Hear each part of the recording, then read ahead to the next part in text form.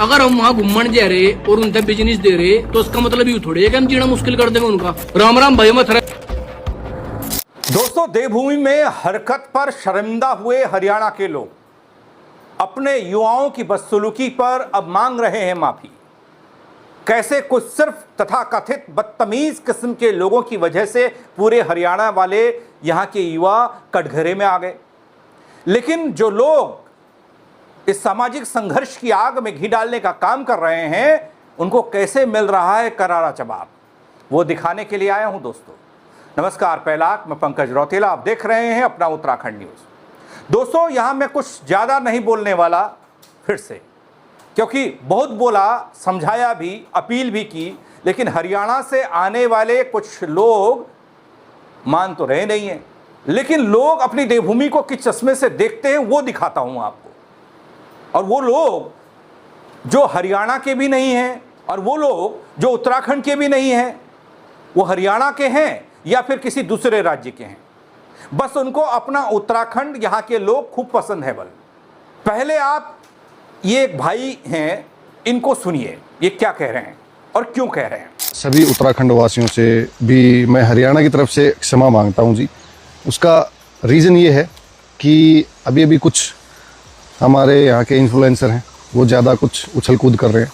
थोड़े दिनों पहले उन्होंने अंकित भैयापुरिया जो भाई हैं हमारे, उनको लेके जातिवाद फैलाना शुरू किया। उनके पास कुछ काम तो है नहीं और बातें इतनी बकवास करते हैं कि हमें खुद को बेइज्जती महसूस होती है कि भाई वो हरियाणा का बंदा ऐसी ऐसी चीज़ें कर रहा है।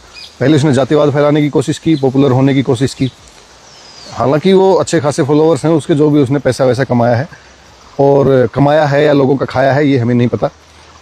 दूसरा, अभी वो स्टेट जो उत्तराखंड और हरियाणा है उनको लड़वाने की पूरी कोशिश कर रहा है। रीज़न ये है कि हमारे वाले बकवास लोग जो ग्रुप्स में, ओनली बॉयज़ के ग्रुप्स में आते हैं, फुल गंदगी फैलाते हैं। जहाँ मन किया वहीं दारू की बोतल फेंक दी, जहाँ मन किया वहीं डिस्टर्बेंस कर दी।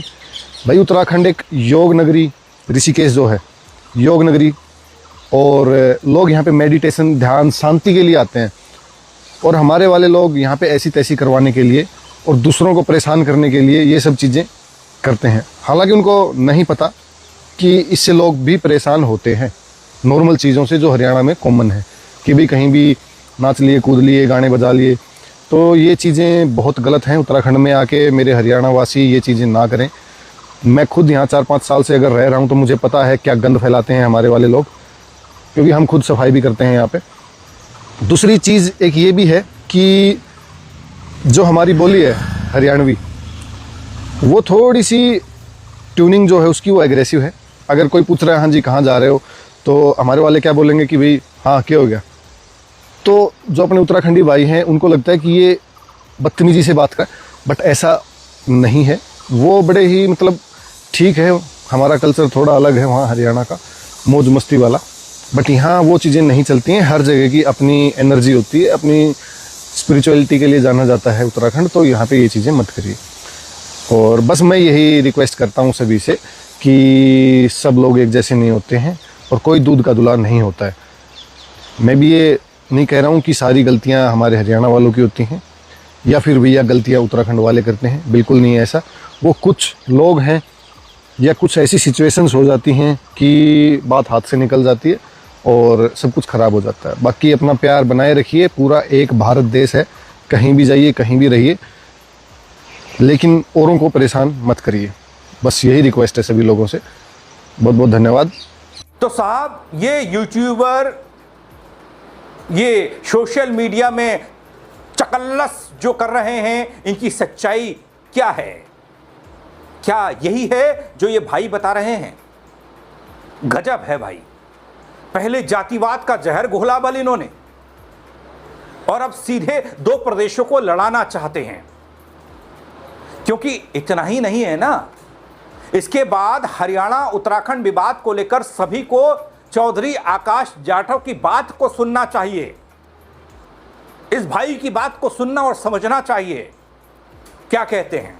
अगर हम वहाँ घूमन जा रहे और उनसे बिजनेस दे रहे तो उसका मतलब ये थोड़ी है कि हम जीना मुश्किल कर देंगे उनका। राम राम भाई मत रहे आकाश फौजदार भाई। आजकल वेस्ट यूपी, हरियाणा वाले, दिल्ली वाले बहुत सारी वीडियो बना रहे उत्तराखंड के नाम की। वहाँ जो बैर के लोग जाए उनके साथ बदतमीजी करें, मारपीट करें, वहाँ जाना बंद कर दो। 1 साल के नाम का भूखे मर जाएंगे, उनका काम ही मरता चल रहा। और भाई अगर सारी बात सोच के देखा है, जो भी घटना उत्तराखंड में बैर वालों के साथ हो रही, इनके लिए कहीं ना कहीं हमारे बीच के लोग ही जिम्मेदार हैं।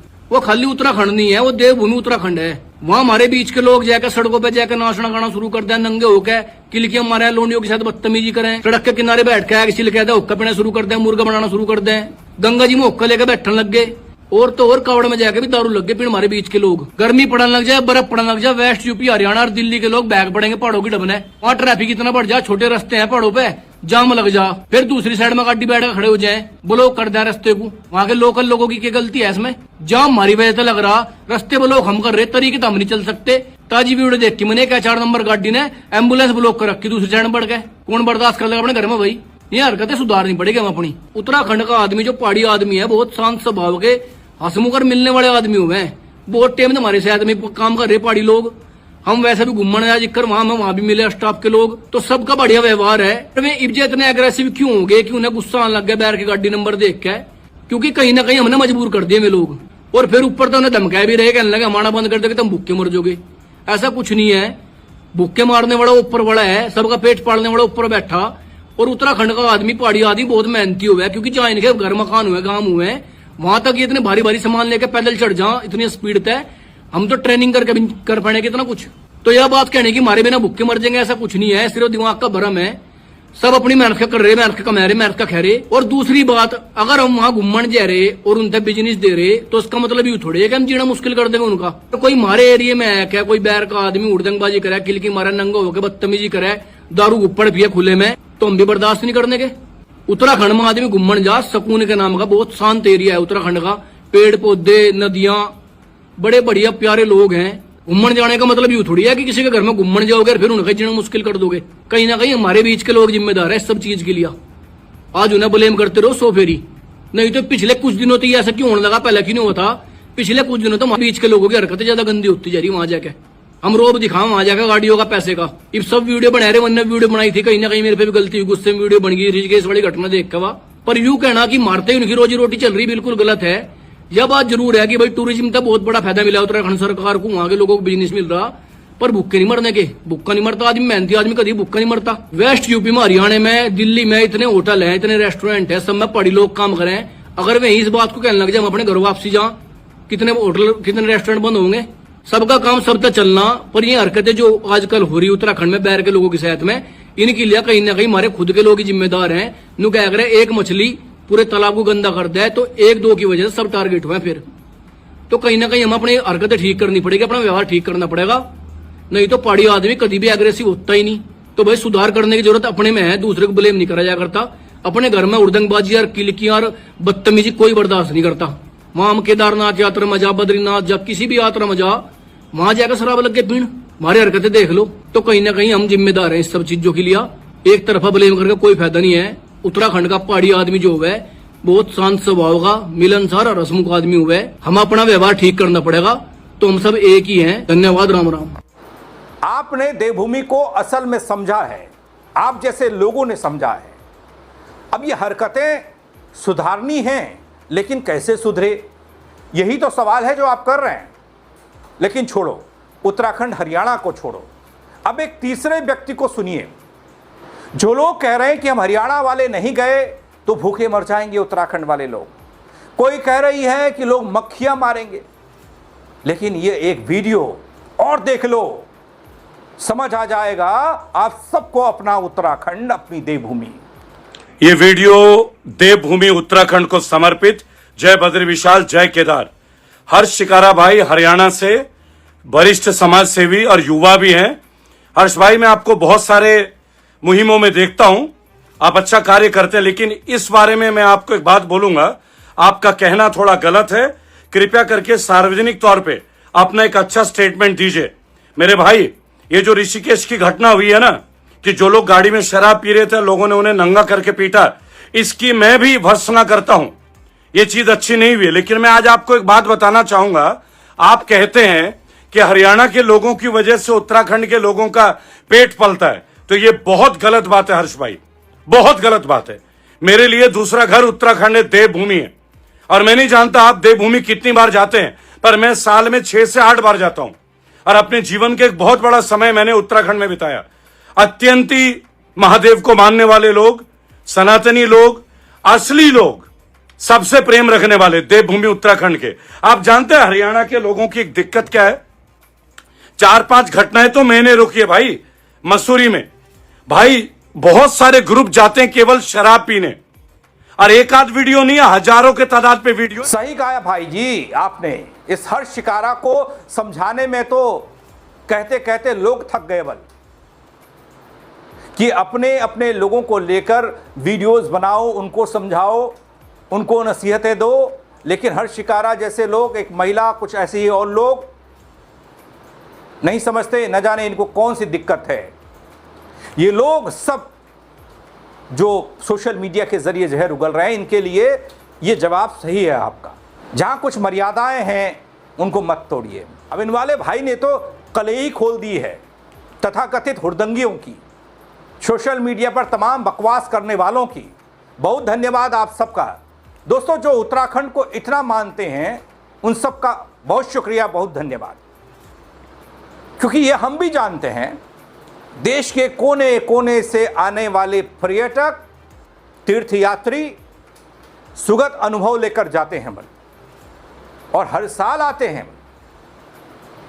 लेकिन उत्तराखंड को बदनाम करने की एक बड़ी साजिश कुछ लोग चला रहे हैं, मुट्ठी भर लोग हैं, और उन्हीं को करारा जवाब अब ये लोग दे रहे हैं कि किस तरीके से ये जहर घोलने के लिए ही बने हैं।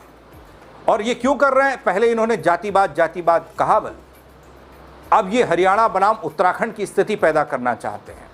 वैसे इसके पीछे एक बड़ा सियासी कनेक्शन भी सामने आ रहा है, वो को भड़ाना करके है।